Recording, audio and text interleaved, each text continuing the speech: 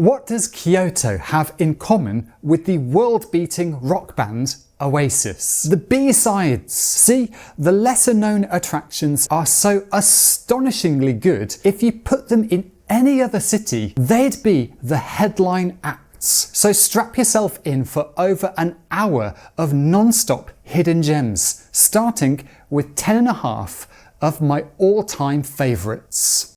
Everybody wants to visit Kyoto, but nobody wants the crowds that seem to follow you around. But fear not, because I've got a secret list of criminally underrated hidden gems. And starting in the area south of Kyoto Station, number 10 is Tofukuji. Even though it has brilliant access options with 2 rail stations nearby, 95% of the world and his wife are too busy fussing over the photo studio known as Fushimi Inari to care about this temple, and I'm okay with that, because I love everything about this place. The star attraction here is the long wooden Sutenkyo bridge, which gives you a sensation of walking across the treetops, and it's just as spectacular when viewed from outside. It makes me think I'm back in medieval times, and it's also got that kind of Kiyomizu temple vibe, just without the hordes of tourists. You'll also want to take a tour of the Hojo Rock Garden while you're here, which is an unusual mix of patterns, moss, pebbles and large rocks, and the lower visitor numbers mean there's still something mysterious about the experience. And if you hop on the Keihan Railway when you come back from Tofukuji, you can quickly get to number 9, which is the fantastic riverside cafe restaurant Veg Out. It's my absolute favourite eatery in this area of Kyoto, mainly because of the calming view of the Kamo River and the chilled out vibe. Get here early enough and you'll have first pick of the seats facing the window for the best views all the way down to the Higashiyama Mountains. This is my favourite cafe for lunch in Kyoto, but you can also drop in for breakfast too. Helpfully, the menu here caters to both vegans and meat eaters, so nobody has to miss out. I jumped on the Buddha Bowl when I visited, which is packed full of the freshest organic and locally sourced produce, and I was surprised at how big this bad boy was when it landed in front of me. The staff here are extra friendly, and you'll be definitely left feeling refreshed and ready to take on the rest of Kyoto. Now, the Higashiyama area I just mentioned is so packed with famous temples that your head's going to be spinning remembering all the names, and that's before you face down the crowds at the Silver Temple. But while you're here, take a stroll just a bit further down the path of philosophy, because this is all it takes to get off the beaten path in Kyoto. Yes, a bit of walking. Honenin is a small but perfectly formed temple known for the magnificent thatched roof over the entrance gate. After you pass through, you're flanked by 2 sculpted sand mounds that are supposed to purify visitors. Most sand gardens in Kyoto are flush with the ground, so these raised and etched variants are pretty unique. Head further through the grounds to the pond, where you'll definitely want to enjoy the simple beauty of the scene. There's a certain luster to this rough around the edges look, but again, the star feature is the peace and tranquility that you'll easily find here. While you're in the eastern side of the city, don't even dream of leaving until you've visited this next spot. Not far from the prestigious Kyoto University, you'll find this torii gate, and you're thinking, yeah, so what? Well, so everything, my friend, because you walk up this path. Sorry, it is a bit of a hike uphill, but what do you find at the top? It's an incredible cafe hidden in the middle of the wood. Okay, it's not a literal gem, but it is literally hidden. Did I deliver on the video title or what? Moan, as this cafe is called, has the nickname of Mountain Residence in the City. It was built in the early part of the 20th century by Mojiro Tanegawa, a very successful figure in the newspaper industry in the Kansai area. He wanted a place for holding tea ceremonies in the middle of the city. The original retreat had several other buildings, but what remains is all that's left, what used to be a dining room. The menu here is limited to drinks and small snacks, and the opening hours are also fairly short, but this cafe has to be seen to be believed. It's a magical feeling to walk off a normal Kyoto street and be transported to what could easily be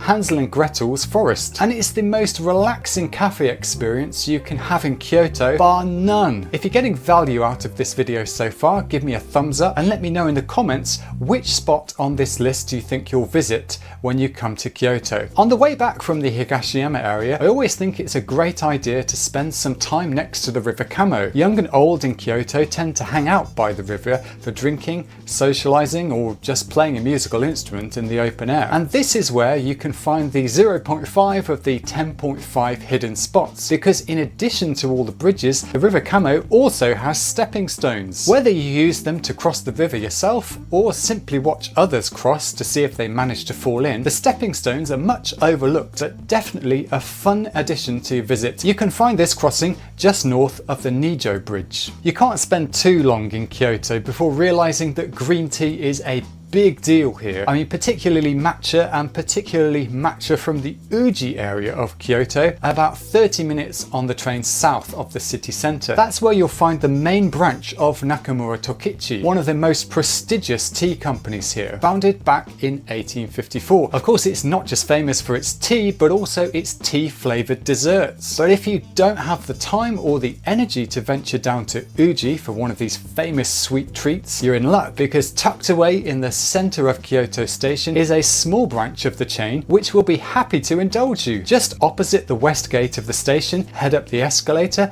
and it's right there on the left. How was this Hojicha parfait? Well, one word, mighty. Although I didn't have to queue on a weekday evening, you might find it a bit busier on other days, but it's always less crowded than the shop in Uji. And another place in Kyoto Station that's worth visiting in the evening is the squeuei viewing platform. Tucked away at the end of Ramen Koji on the 10th floor, this runway stretches almost the entire length of the station front and has some incredible views of the city below, with the added advantage that unlike Kyoto Tower, there's no entrance fee here. It's well worth coming up at twilight to observe the rush hour in progress beneath your feet, because later you can also enjoy the light show that runs down the tunnel. For the next two places, we're up in the north of Kyoto in Arashiyama. Now, I said earlier that getting off the beaten path is about as simple as walking a few minutes more than everyone else. But for these next two absolute diamonds, you need to burn a few more calories than that. It's a 15-minute walk from the concert venue known as Arashiyama Bamboo Forest, and if you're not feeling that, just rent a bicycle or hop in a cab. And trust me, it's absolutely worth it, because Saga Torimoto Street is a trip back in time. This traditional townscape with thatched farmhouses and tiled machiya townhouses is,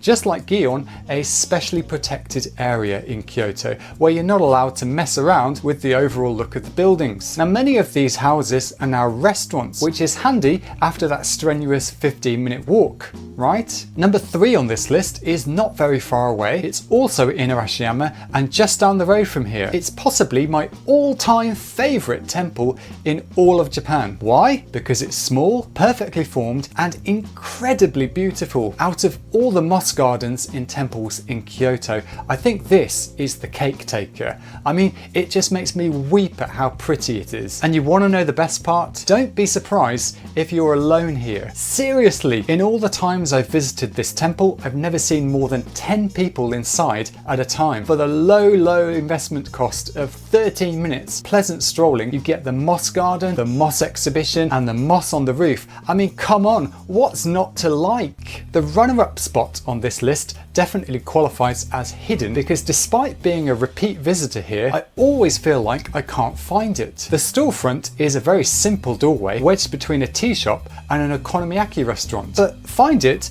and get inside, because I guarantee you'll be hard pressed to eat tastier tonkatsu anywhere else in Japan. I've recommended this restaurant to so many people over the years, and they all have one thing in common: they all want to go back. Katsukura's deep fried cutlets are made with the very finest pork, sourced from the best producers in Japan. This time the pork I was eating was from the Kirishima area of Kyushu. It's so soft, it's like it melts in your mouth. You get unlimited refills of cabbage and rice here, and the service is utterly stellar too. Save it in your Google Maps, because you'll be coming back.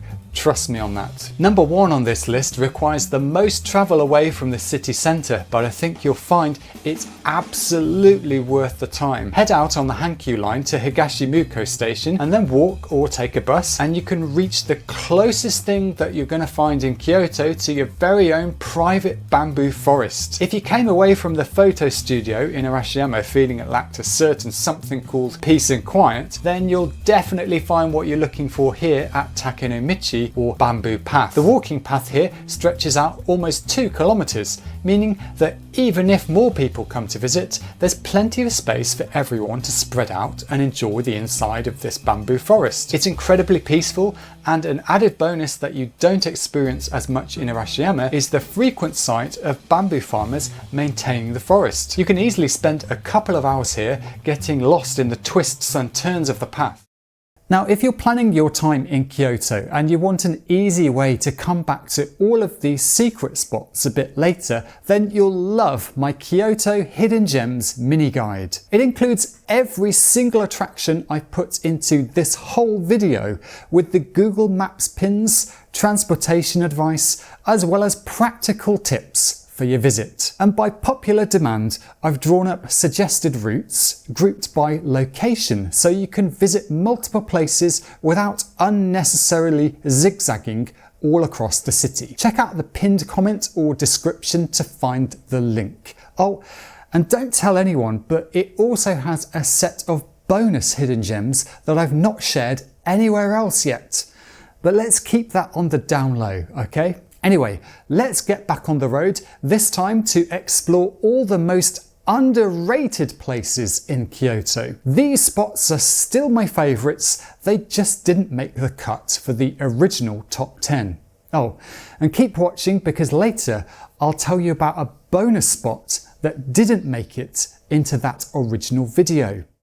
Kyoto's a lot like a mine. Keep digging past the silver and gold and you'll get to the deeper layers of rubies, emeralds and diamonds, just begging to be found. Just like Eikando. Tucked away in the northeast of the city, it's one magnificent gem of a temple sitting on the side of the mountain. Even though it's only a few minutes strenuous walk from Nanzenji or the Path of Philosophy, fewer people visit here. And I love coming here because it's so peaceful and has the traditional Kyoto atmosphere. One unique feature is how you need to traverse between buildings via covered wooden staircases in your socks, which for me at least is part of the fun, even in the winter. Up in the higher reaches of the complex is another unusual thing, the Tahoto Pagoda, which has 2 tiers to it, unlike the taller ones at Toji or in Nara that have 5. When you pass through the temple buildings, you'll want to take your time to absorb the exquisite gardens hidden inside. The Hojo Pond, complete with its little island and bridge, is also worth a long linger, as it's surrounded by maple trees and looks utterly stunning in the fall. But the main reason why you should definitely come to Eikando is down this path which leads off from the main area. You'll need to head up a few staircases, but it's totally worth it for the reward of a wonderful panorama of the city. Up here you really get a sense of how Kyoto is completely surrounded on all sides by mountains, and you might be able to pick out our next spot, which is Nanzenji Tenjuen. Don't get confused here, I'm not talking about the main Nanzenji with the famous Zen garden, so finish up recreating that scene from Lost in Translation underneath the enormous Sanmon Gate and then cross the road to this smaller sub-temple. When you head inside Tenjuen, you'll be immediately struck by another impeccably kept rock garden, which looks at its best during the autumn leaves season. What I particularly love about this spot is how you can perch on the side of the building to breathe in the scene. I was here mid-morning and I just couldn't believe how it didn't feel crowded at all, and you can easily spend a good 20 to 30 minutes just admiring the view. Although Tenjuen is right on the doorstep of one of Kyoto's most visited attractions, I'd say 9 out of 10 tourists who give it a pass also miss out on an incredible smorgasbord of all that's best in Kyoto just a few steps down the stone pathway. You've got luscious moss draped all over, a tiny bamboo grove, carp in the pond, and some of the most photogenic spots you'll see in the city. This makes Tenjuen one unmissable secret garden hidden in plain sight. it's on your way back to the city centre, so make sure you give it a go. Now it's easy to miss my next pick because most visitors get around the city by bus, subway, or perhaps the Hankyu or Keihan lines. And I think that's a crying shame because taking a ride on the Keifuku Electric Railroad is not only a brilliant way of getting to Arashiyama without going back to Kyoto Station, it also gives you an up-close glimpse into the life of locals, with lines running right next to people's houses. But this tram will also take you back in time. Known locally as the Randen, this is the last surviving part of Kyoto's tram network, which has long since disappeared in other parts of the city. In case you're wondering, the Ran is taken from the first character for Arashiyama, and the Den the first character for train. The Randen line starts off a little west of the city centre in Shijo Omiya and winds its way through the residential outskirts of the city, including some sections running alongside cars in the middle of the road. It's an incredibly relaxing alternative route up to Arashiyama and also allows good access to other famous spots like Ryoanji and other more remote temples. But I think the old-fashioned charm of these trams alone makes riding the Randen a delightful experience that more visitors really need to try. And once your tram has arrived in Arashiyama, you won't want to leave immediately because of the next spot. Tucked over on one side of the station is the magnificent art installation known as Kimono Forest. Around 600 clear cylinders are filled with kimono fabric across 32 different traditional Kyoyuzen designs, a style that dates back around 400 years. These decorated poles are clustered to resemble a forest along a winding path that leads to the Dragon Pond, where you can throw in coins for good luck. The Kimono Forest artwork was designed by Osaka-born artist Morita Yasumichi, with the fabric supplied by Kyoto Yuzenkyo specialist Kamidatomi. It's a brilliant mix of traditional culture and modern art and looks spectacular both during the day and at night. And as entry is free, it really would be hard to pass up a visit here. Now that we're up in Arashiyama, it's time to leave behind the eternally crowded main street in front of the station and head up north. For this one, you might want to rent a bicycle or hop in a cab because hula hoops and hiccups, it's a 30-minute walk. But for every one of those minutes, you'll leave behind 100 other tourists. But before long, you'll reach this very inviting flight of stone steps just crying out to be climbed. And if you do, you'll find the mysterious Adashino Nembutsuji temple. Long ago in the Heian period, dead bodies were left here exposed to the elements. Eventually though, bodies started being buried instead, and then sometime back in the 9th century, one of the monks here started setting down stones for souls of the recently deceased who didn't have any next of kin. And after all that time, we're now left with around 8,000 stone images, which gives this spot a particularly eerie vibe. It's very easy to overdose on temple visits in Kyoto, but Adashino Nembutsuji is unlike anything else you'll see and easily worth the walk. After a morning exploring any of these hidden gems, you'll no doubt have worked up an appetite, so head back into the city centre to the crossing of Teramachi and Sanjo. Nearby you'll find this superb Art Deco building that dates back to 1928. But what we want is down in the basement, because if you want a cafe recommendation, just head into Independence here, which I always find offers a really solid lunch menu. This time I opted for the karaage plate, which came with this enormous salad portion, so I was surprisingly full afterwards. Yes, it's not the kind of Kyoto restaurant you'd expect, but I've been coming here for over 10 years, which means you can depend on the food being superb. The atmosphere is always very chilled out, and the service, it's great, and yes, there's an English menu. At night they host live music events, so check out their website and see if there's anything on, as this is also a great place after hours. We need to head south now back to Kyoto Station for the next sorely underrated spot. Take a ride up the escalators for a few minutes and you'll hit a grand staircase. But make sure you come here in the late afternoon or evening, because you'll want to catch it when it's illuminated. No, this isn't a projection. There's clearly some LED trickery going on here, but the designs and messages vary throughout the year. Admire the show from up close, enjoy it from afar, but come and see it it before you catch your train, as I don't know anywhere quite like this in the rest of Japan. For the next spot, we have to take a train south. If you catch a fast one, it'll only take 16 minutes, but trust me, this is going to be worth it. We're off to possibly the most underrated area of Kyoto, Uji. Like Arashiyama, it's got mountains, the river, the bridge, but not quite the same level of crowds, which is just fantastic because the World Heritage Site Byodo-in is here, and wow, somehow this temple manages to be stunning and understated at the same time. If you're wondering where you've seen this place before, just fish out a 10 yen coin and check the back of it, because yes, that's where you are. I recommend doing one whole circuit of the pond to admire the Phoenix Hall in the middle from lots of different angles before you start snapping photos, because there are some great hidden vantage points here. It's a wonderful spot during the autumn leaf season too, but because you need to take the train to get here, a lot of people,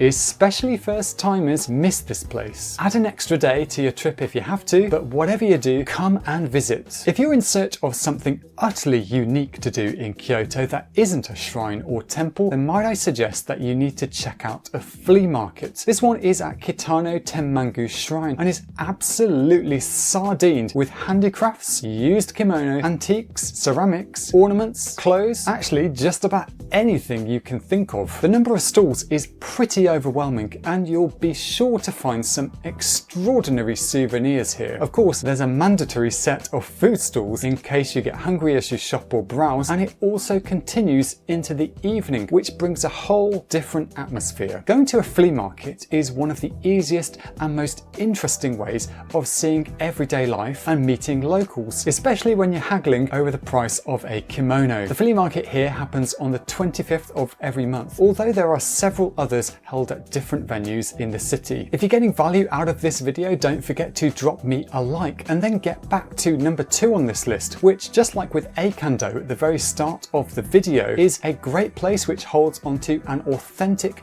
Kyoto vibe. It's Shimogamo Shrine. Now, it doesn't feel too touristy, but to me it also doesn't feel like it's in Kyoto at all. Perhaps it's the vast approach path with the enormous tree canopy that seems to go on forever, or maybe it's the 2 streams running through that give me the idea that I'm in a remote part of the countryside. Now, at the main gate is where you'll want to get your selfie in, but then go and enjoy one of my favourites from Kyoto's World Heritage Collection. Shimogamo is one of the oldest Shinto shrines in Japan, and the site dates back all the way to the 7th century. It's a stellar example of Heian architecture, so if you're pressed for time or you only want to visit the very best of the best in Kyoto, just come here because it really doesn't disappoint. And after you leave Shimogamo Shrine, don't miss the chance to wander along the river on the way back into the city. The further north you get in Kyoto, the more scenic the riverside gets. And this brings us to the 0.5 of this list, Kamigamo Delta. The park on this pointy bit of land where the rivers Kamo and Takano meet is a popular hangout for locals and gives you a superb vantage point of all the comings and goings. It's great for people watching, checking out the wildlife, or hopping across this set of stepping stones. Now, if you've seen my previous video on Kyoto's hidden gems, you'll know that there's another river crossing like this downstream, but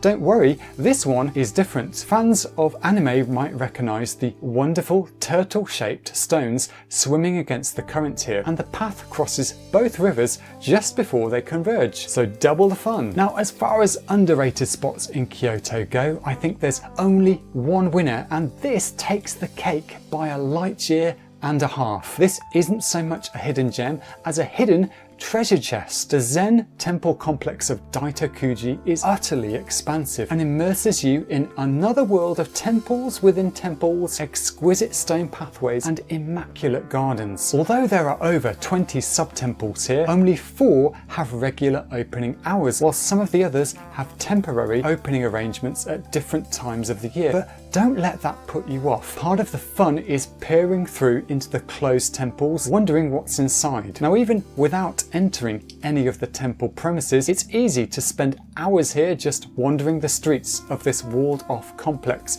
exploring all the streets and pathways and alleyways and absorbing the magical, otherworldly atmosphere. It really feels like a hidden city. It's that big. When I was here, I chose to visit Korin-in Temple, which has one of the more understated Zen gardens with a simple elegance. Just like Tenjuen earlier, you can sit on the wooden edge of the building to drink in the scene, and while this isn't known as a moss garden or a hotspot for autumn colours, this place delivers both in spades. If you're hunting for that Kyoto feeling without billions and billions of other tourists, Saitakuji has it all in bucket loads. Hello again. So about that bonus spot, you know Adashino Nembutsuji, that temple with 8,000 stone images? If you poke around a bit at the back of the grounds, you'll find this incredibly small and incredibly peaceful bamboo grove. And surprisingly, very few people make it up here. And incredibly peaceful just happens to be the theme of the next collection. See, it drives me nuts that people think quiet doesn't exist anymore in Kyoto just because of a few more visitors than usual. The truth is that most of the crowds, especially the extra ones, well, they stick to the super hot dog tourist hotspots. So in this next sequence, I set out to prove that calm and tranquility is still very easy to find in this ancient capital. Everyone thinks that Kyoto's sublime beauty comes with a mandatory ear battering from the hooligan hordes. But I say, what a load of rubbish. Because look, here I am discovering that it's just me and the woman selling tickets here, and nobody else. Yes, in Kyoto, Horinji is set in a rather sleepy residential part of the city and outrageously unnoticed. The sense of calm was overwhelming, and I ended up spending well over an hour savouring every single detail, and most of that time I was completely alone. Well, I say alone, but that's not quite true. This temple is actually heaving with Daruma dolls. Like around 8,000 of them, would you believe? That's why this temple is more commonly known as Daruma-dera. Daruma is the Japanese name for the big cheese of Zen Buddhism, Bodhidharma, and I probably butchered that name, yes. According to the story, he spent 9 years in a cave doing some heavy-duty meditation, but fell asleep and got so mad at this blunder that he tore off his own eyelids. And after that story, it doesn't quite make sense that Darumas are good luck charms. But they are. The Daruma-do Hall is filled with one spectacular congregation of these tubby little fellas, from the tiny to the gargantuan.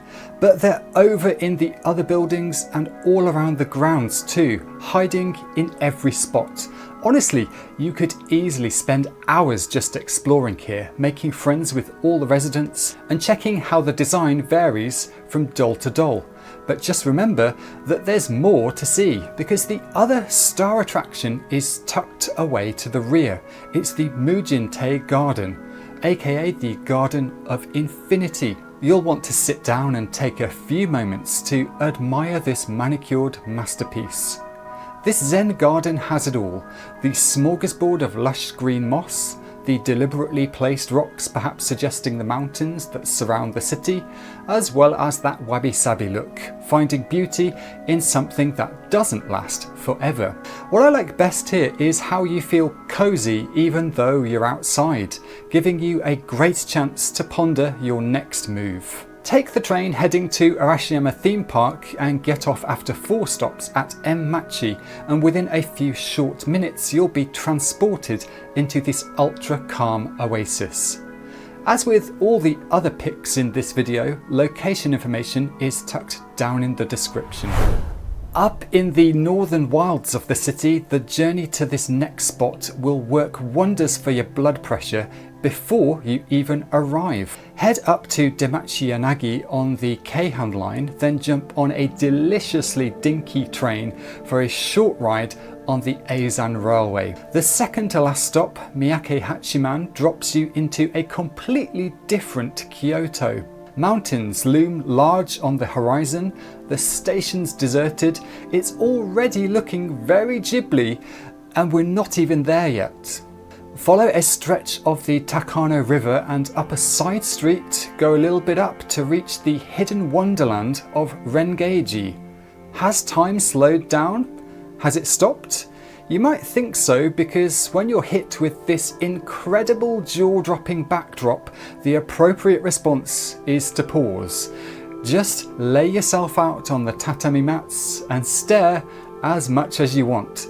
The foliage might bring a few more visitors during the autumn leaf season, but I actually prefer the luscious green version. I visited in September alongside only a handful of other people, and total unbroken peace reigned supreme. Luscious beauty will pass your eyes every which way you look. The carp meandering through the pond, a stone bridge off in the distance that reminds me of Uji down in the south of the city, moss that seems to be taking over this garden, just like in Gyoji up in the northwest. Everything is here. If you want to bathe in tranquility, truly bathe in it, Rengeiji might be your perfect Kyoto. Now, if you're enjoying this tour through Kyoto's quiet side, I'm sure you'll love my new ebook, Japan Out There Kansai Edition. It's full of secret spots from all around Kyoto, Osaka, Nara and beyond, all to guarantee you a properly unique trip. I handpicked all the destinations to make sure you have an incredible Japan adventure, and I've also packed in lots of handy tips so you'll look like you've already been to these places, even though it's actually your first time. Check out the link in the pinned comment or scan the QR code on screen now. Now, when you want a hyper chilled out place for lunch, it always pays to be slightly more ambitious than the 99% who think that a giant queue is a rock solid guarantee of quality.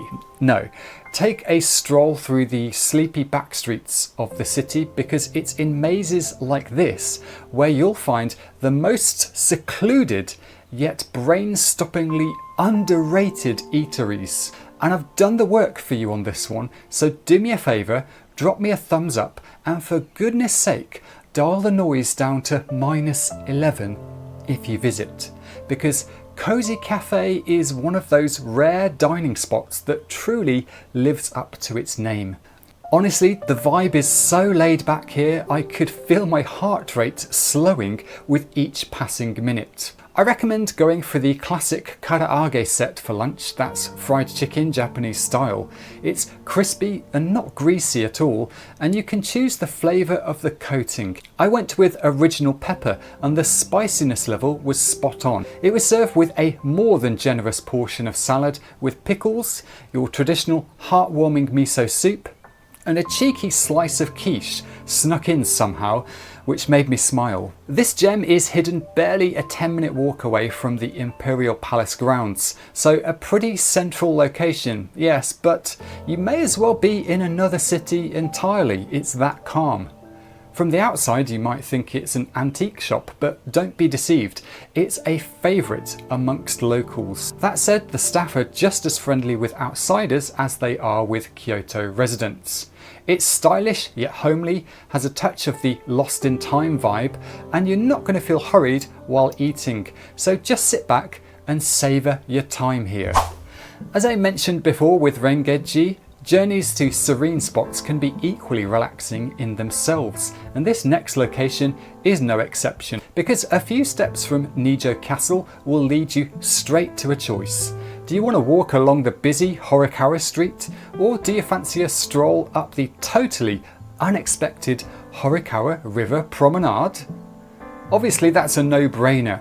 This isn't just any ordinary walk, it might as well be made by Marks and Sparks, because it's packed with special features. You've got stepping stones for a bit of an adrenaline boost in multiple locations, as well as waterfalls both big and small. But the biggest highlight, if you're in town at the right time of year, is that this area is a fantastic spot for viewing cherry blossoms. The river is home to a wide variety of white and pink double-flowered cherry trees, and thankfully you won't need to jostle with the world and his wife to take in the best views. The walkway follows the river for about 1.7 kilometres or around 1 mile from east of Nijo Castle all the way up to Imedagawa Street, not far from the Imperial Palace grounds. It's the perfect distance for a contemplative stroll, and chances are you'll only have to share the walk with but a handful of locals. Towards the northern end is the absolute best viewing spot for cherry blossoms at Ichijo Modoribashi, a bridge that dates back to the year 794, although this iteration was rebuilt back in 1995. Ichijo is the road that crosses the bridge. Modori means return, so according to custom, families of soldiers came here during World War II and crossed it repeatedly, hoping that their sons would get home safely. And on that topic, if you're trying to get the perfect cherry blossom shot up at street level, do pay attention to traffic, and especially speeding cyclists. They're a bit of a problem in Kyoto. For the next spot, we're heading down to Uji, technically a city in its own right and separate from Kyoto. For me, Uji is the smart alternative to Arashiyama theme park. It's got the river, the bridges, the mountain backdrop, but it isn't auditioning as a stunt double for a tube station in the rush hour. That being said, Uji does get a touch of traffic, which is why I love this next spot, as it feels like you're cheating. Again, you'll need to be up for a touch more exercise. It's no more than a 15-minute walk along the north side of the river, and you'll be sure to notice how the other tourists magically disappear into thin air. Or perhaps they're diving into the nearest cafe for a matcha parfait. Gather your strength for this last hike uphill and you'll reach Koshoji, at which point you're going to wonder why nobody else has joined you. This is another Zen temple dating back to the early 13th century, although it was relocated here to Uji in 1648. Unlike the first two temples where you could simply sit back and let everything soak in, Koshoji politely prods you to explore. At every turn you'll find elegance worthy of your admiration, and there are so many gorgeous angles to admire. It's almost like every square inch of this place is crying out for attention. And so it should, because frankly, it's a crime against Kyoto to not come here and visit. There's an exquisite garden set against the foot of the mountain, complete with pagoda and meticulously pruned trees and foliage, as well as a refreshing breeze thanks to the slightly elevated location. Elsewhere, look out for this bell, which you probably can't ring, else I would surely have got a proper action shot of me making a racket. Or perhaps I wouldn't, because yet again, there's an uncanny calm at Koshoji that will still your mind, and it brings added bonuses too in the form of unexpected guests who you'll never see at places like Kinkakuji Convention Center. For our next haven of solitude, we need to head back into the northern reaches of the city up in the mountains. Here I've got a double bill of temples, and these ones are proper diamonds, I'm telling you. First, let's have a look at the neighbourhood and tell me, does this look like Kyoto to you? I mean, it starts off residential, right? But then up here, I'm feeling more of an out in the sticks in Nara Prefecture vibe. And I've not seen anyone up here yet. So let's have a look at what all the fuss is about. This is Enkoji, or at least the entrance path, and boy, this screams quality, doesn't it?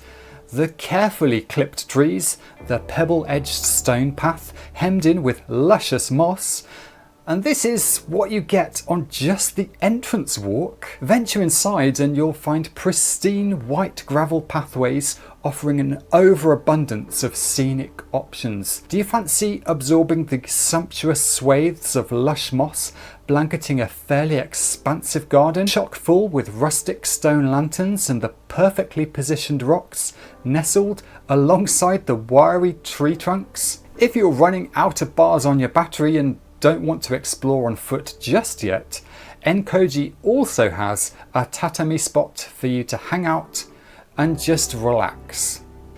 Out front there's an intricate and superbly maintained gravel garden with plenty of intriguing curves, circles and mysterious protruding stones.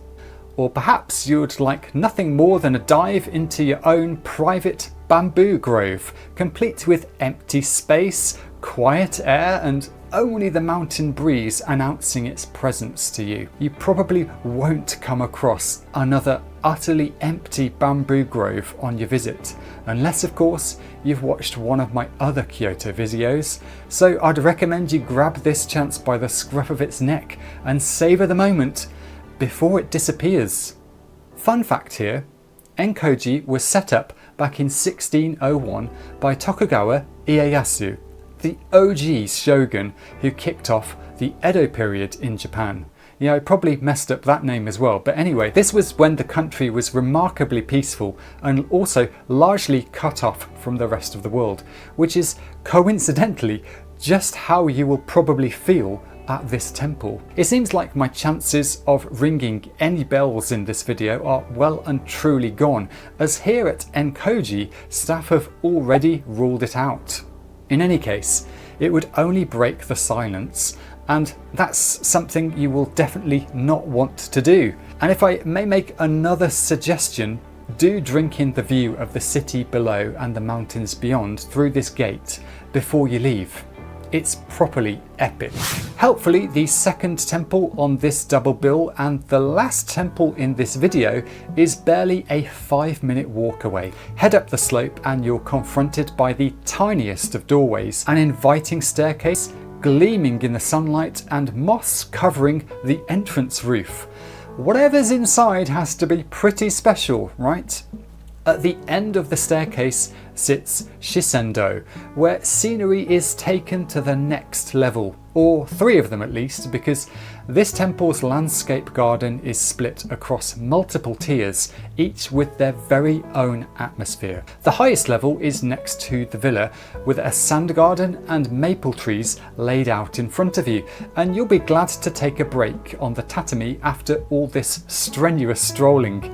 The building is supported by only a few wooden pillars, leaving this room with the extraordinary feeling of openness, so much so that it's hard to be sure that you're truly inside here.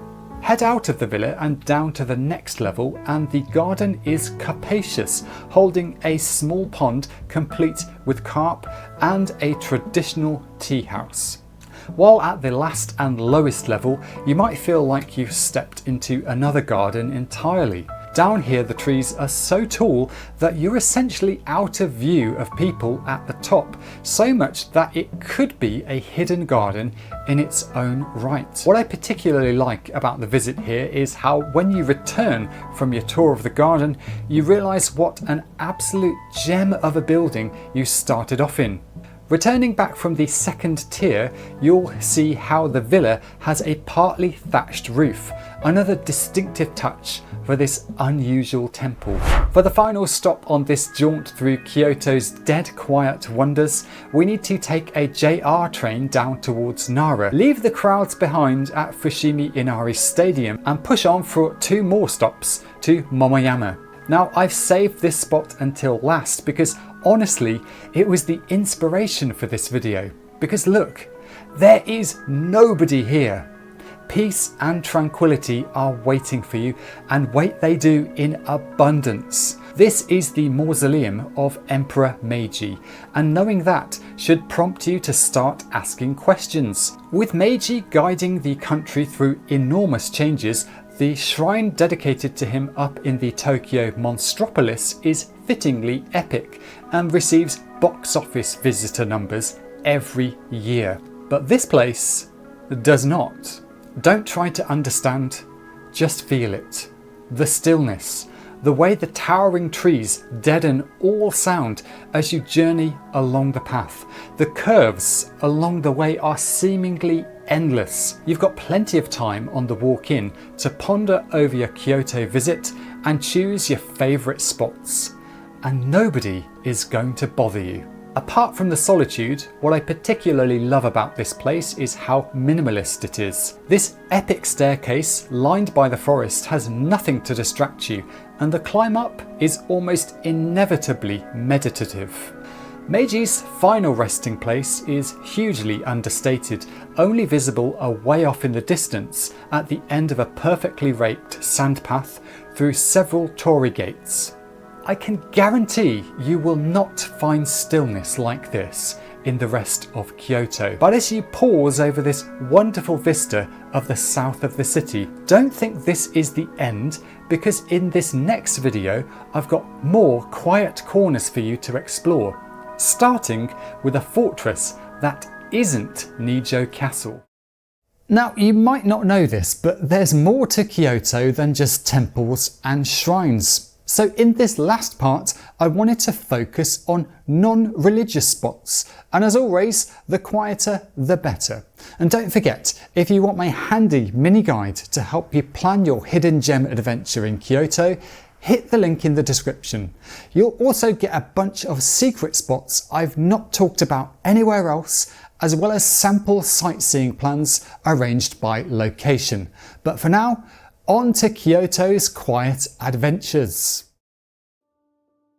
Kyoto isn't only endless temples and shrines. If you just know where to look, you can leave the tourist hordes behind and carve out an adventure that's way off the beaten path. So let's head down to Fushimi. No, obviously not that Instasham sheep show. Stay on the train until Momoyama. Can you handle a 20-minute stroll with nobody around for company? Of course you can. But look, what's this? As if out of nowhere, this magnificent gatehouse is right before your eyes. Ascend that staircase and peep through the entrance? Surely not. But yes, it's a hidden castle that's more well known amongst Kyoto's dog owners than international tourists. This is Fushimi Momoyama Castle, first built as the home for national leader, ace samurai and all-round big cheese Toyotomi Hideyoshi. The first castle was set up at the end of the 16th century, only to be trashed a couple of years later in a big earthquake. After another rebuild and subsequent demolition, we're left with this version, a replica in a slightly different location. The original was located a little to the east on the site of the current Meiji Mausoleum, which I covered in a previous video. Although it may look like a castle from the outside, this wasn't actually intended to serve any real defensive purpose. See, Hideyoshi was getting on a bit, and this was going to be his retirement pad. Inside, the decoration was rather sumptuous, with a golden tea room being the prime example of all the luxury that went into the build. Now, much as I'd like to get inside, it's off limits to visitors these days, supposedly because the earthquake proofing isn't up to scratch. But don't let that put you off. There are barely any visitors here, and that leaves you to roam free and drink in the super chilled out vibe without distractions or stress. The small garden is very well maintained, and there are almost endless angles for appreciating the design of this fortress up close. This is the nearest you're going to get to a private castle visit on your Japan trip, and I recommend coming at sunset if you want to make the most of this secret stronghold.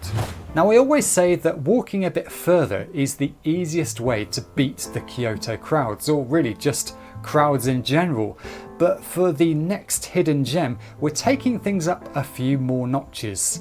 Catch a ride along the Eizan Railway in the northeast of the city and stay on board right until the end, until Yasei Hieizan Guchi. Take a few moments to admire the classic station building here before heading up to the Mount Hiei ropeway and cable car. Compared to the alternatives of taking a bus or hiking up the 848 metres to the summit, this way offers a ride that's half scenic journey, half quiet thrill. The route gives you two different modes to use to reach the top.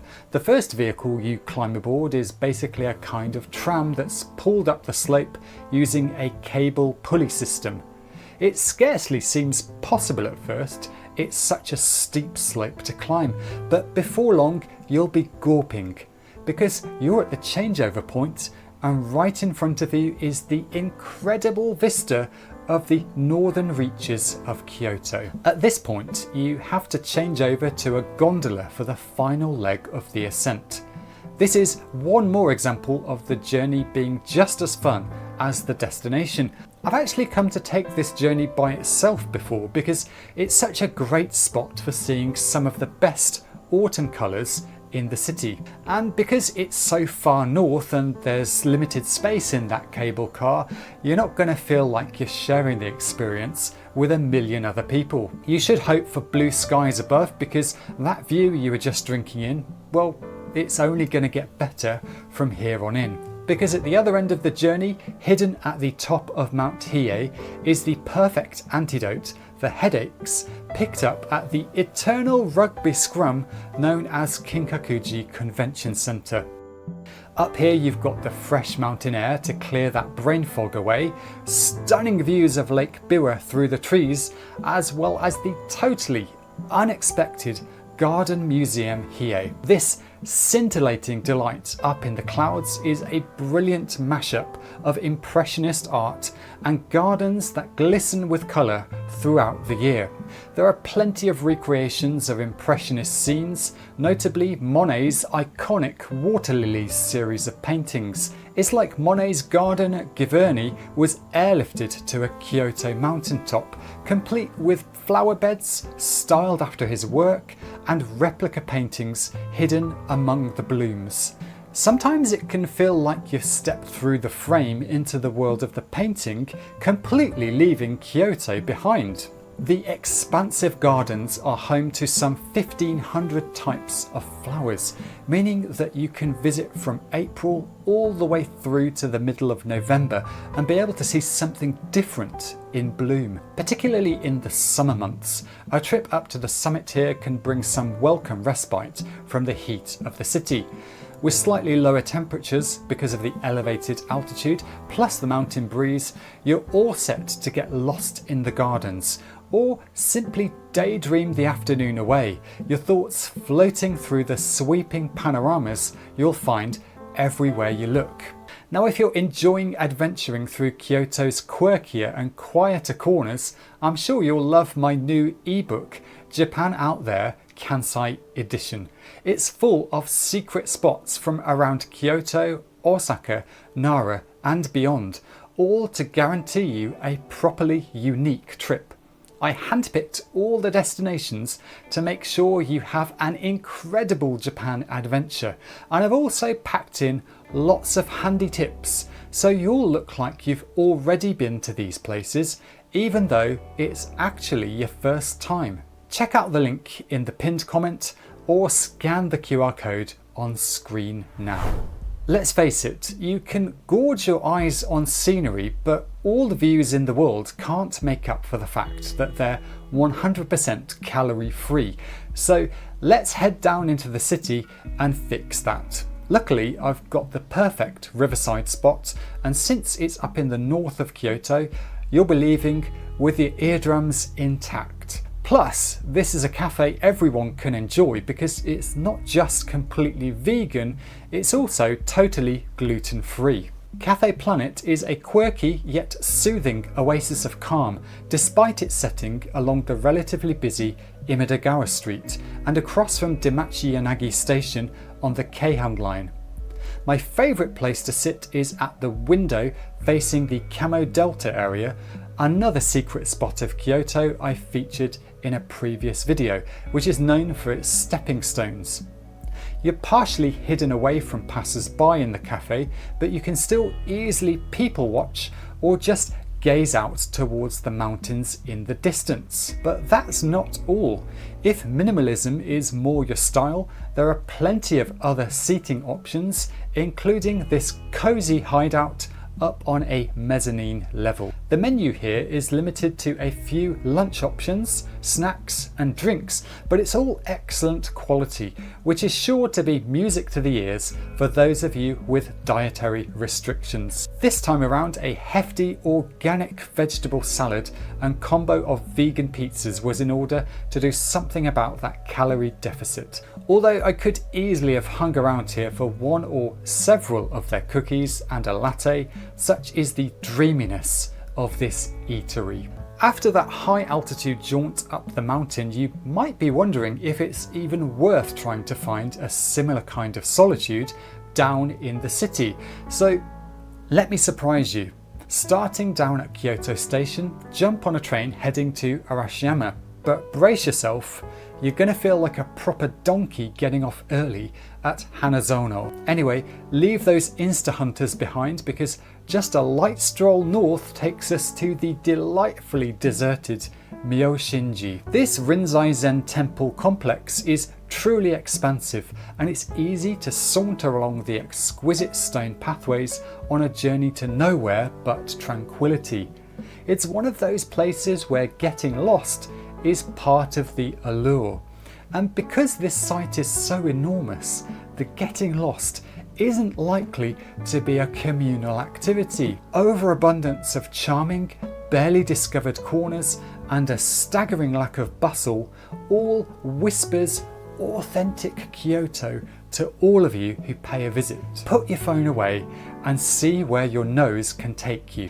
What I think makes Myoshinji so special though, apart from the endless scenic beauty of course, is how deeply it's embedded in everyday Kyoto life. Without noisy crowds to muddy the atmosphere, you'll quickly spot the locals passing through the grounds.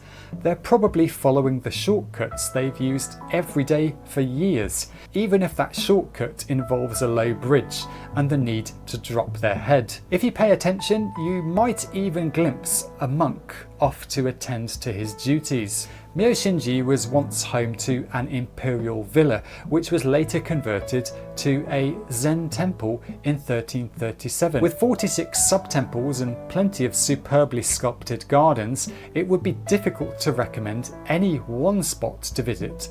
I always find in this situation it's good to pick whichever entrance piques my interest and roll from there. Some of them will be closed with bamboo blocking your entry, but don't be put off. Part of the fun is peering through, imagining what's inside.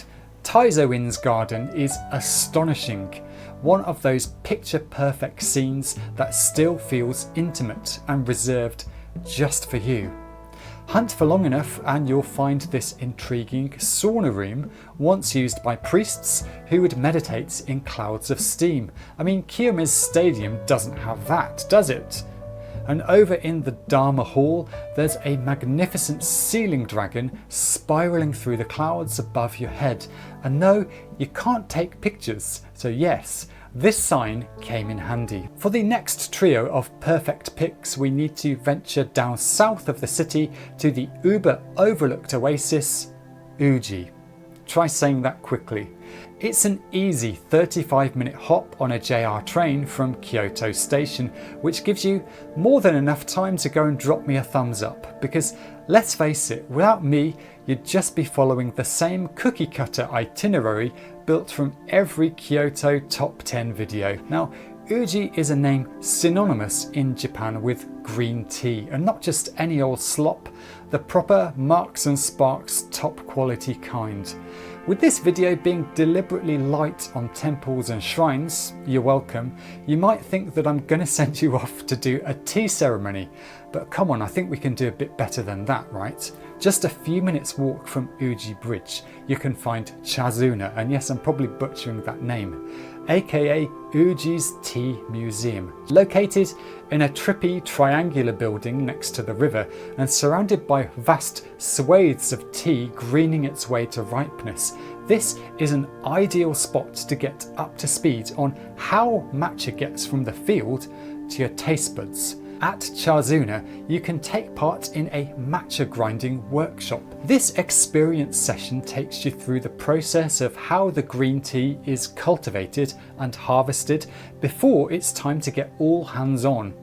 Grinding matcha in the traditional way is surprisingly much more labour intensive than I'd expected, and producing even the smallest bit of powder took several minutes of hard work. Once you've worked up a sweat, it's time for sifting, and then, and only then, are you ready to taste the fruit of your labours. Yes, you're also going to learn how to make the perfect cup of matcha. And when that's ready, there's also the pairing of matcha dango with ice cream and a sprinkling of that matcha powder you just made. Experience sessions at Chazuna are a superb way of slowing down to truly appreciate the tea culture of Uji. Not only that, you're only ever going to be in a small group, meaning it's usually a chilled out experience. The teachers here speak great English, so you can take some time to chat with them and ask all your questions. Chazuna has a wide range of experience sessions beyond matcha grinding, so it's pretty likely there'll be something on offer for you. There's one last hidden gem I want to share down in Uji, so head to Uji's JR station. It's a short hop on the bus for 10 minutes, and don't worry because there are 3 services an hour. We're heading off a little bit to the south, and you'll want to get off at Uji Botanical Garden, aka Shokubutsu Koen. But no, we're not here for the garden. Our target is this building that merges seamlessly into the forest around it. Another gem hidden in a forest? Surely not. Well, it's not quite, but near enough. This is Ampersand Garden Chocho Restaurant, and no, I don't understand the name either, but what I do understand is how this is one of the best cafe hideouts in the area. Inside, you could be forgiven for thinking you've journeyed out into the countryside, the wooden structure and ceramic tiles dreaming up an atmosphere more like the south of France than the south of Kyoto. The menu is heavily weighted towards European style cuisine, and if you've already had lunch, there's a great selection of desserts and drinks for a unique afternoon break here. Because in warmer months, take a seat on the deck to soak up nature's refreshing green glow and enjoy the cooling breeze coming off the hills surrounding Uji. If the weather's cooler, don't worry, a table by the windows still gives you that dining in the forest feeling. The view outside seems to slow down time while you're here, so if you're looking for a change of pace, it's definitely worth that short ride on the bus. And when you're done eating, don't forget to check out this sneaky view of Uji before heading back to the city. Now remember Mount Hiei from earlier in the video? For the final adventure, we're off to explore the opposite face of that mountain. It's a hidden side that most 3 days in Kyoto visitors never consider. So while everyone's out snapping their lives away at the bamboo traffic jam, take a little jaunt over into Shiga Prefecture on one of Keihan Railway's toy trains. A 10-minute workout gets you to Sakamoto Hiei-Zanguchi Station. This is the start of the Sakamoto cable car, another train pulled by cable up a ridiculously steep slope. This railway opened back in 1927 and runs for an incredible 2,025 metres, or a mile and a quarter. I find it pretty astonishing that anyone would even attempt to build this kind of transport link, and perhaps it's not that surprising that this is the longest so-called cable car of its kind in the whole of the country. Riding up this side of the mountain is quite different to the journey we did earlier in the video. Travelling this way, you're deep in the forest for most of the ascent, with the towering trees creating a green tunnel for the train in many places, and there's also an actual tunnel to navigate to. It's enough to make you think you're on your way to an alpine resort. And you kind of are. You can catch glimpses of Lake Biwa on the way up, but for the best viewpoint, wait until the final station.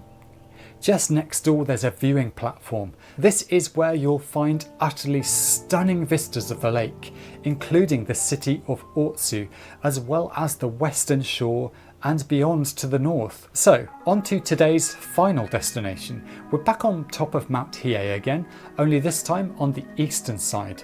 This mountain hideaway is Enrakuji, a Buddhist monastery and temple complex, as well as a UNESCO World Heritage Site. And it looks like a lot of people didn't get the memo on that last one, because look, no crowds.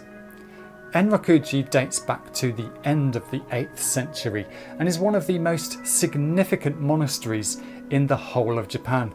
It's also the centre for something called Kaihogyo, where monks repeatedly walk long distances around the mountain every single day in 100-day blocks, while meditating and praying as they go. And these so-called marathon monks do this over several years. Now, as you go about exploring the complex, you'll certainly see the attraction of being isolated in the forest on top of a mountain. It's a great place to reflect on the long history, not just of Enrakuji, but of Kyoto itself. Although before anyone points it out, yes, I do know that this temple is actually across the border in Shiga Prefecture. The Enrakuji complex is spread across 3 main areas, although the most important buildings are down in the Todo or East Pagoda section. Walking between areas does take a bit of time, and it may be uphill depending on where you're going, so it's good to budget a whole afternoon for your visit. You should know that you can also access the complex via bus from the east side of the Garden Museum we saw earlier in the video.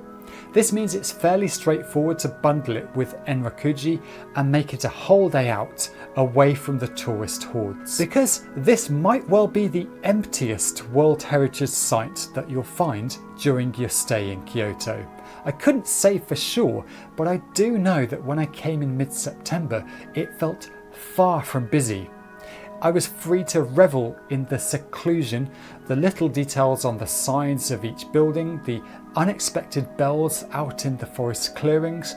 They were all free from distractions and incessant chatter that you normally get at other World Heritage spots.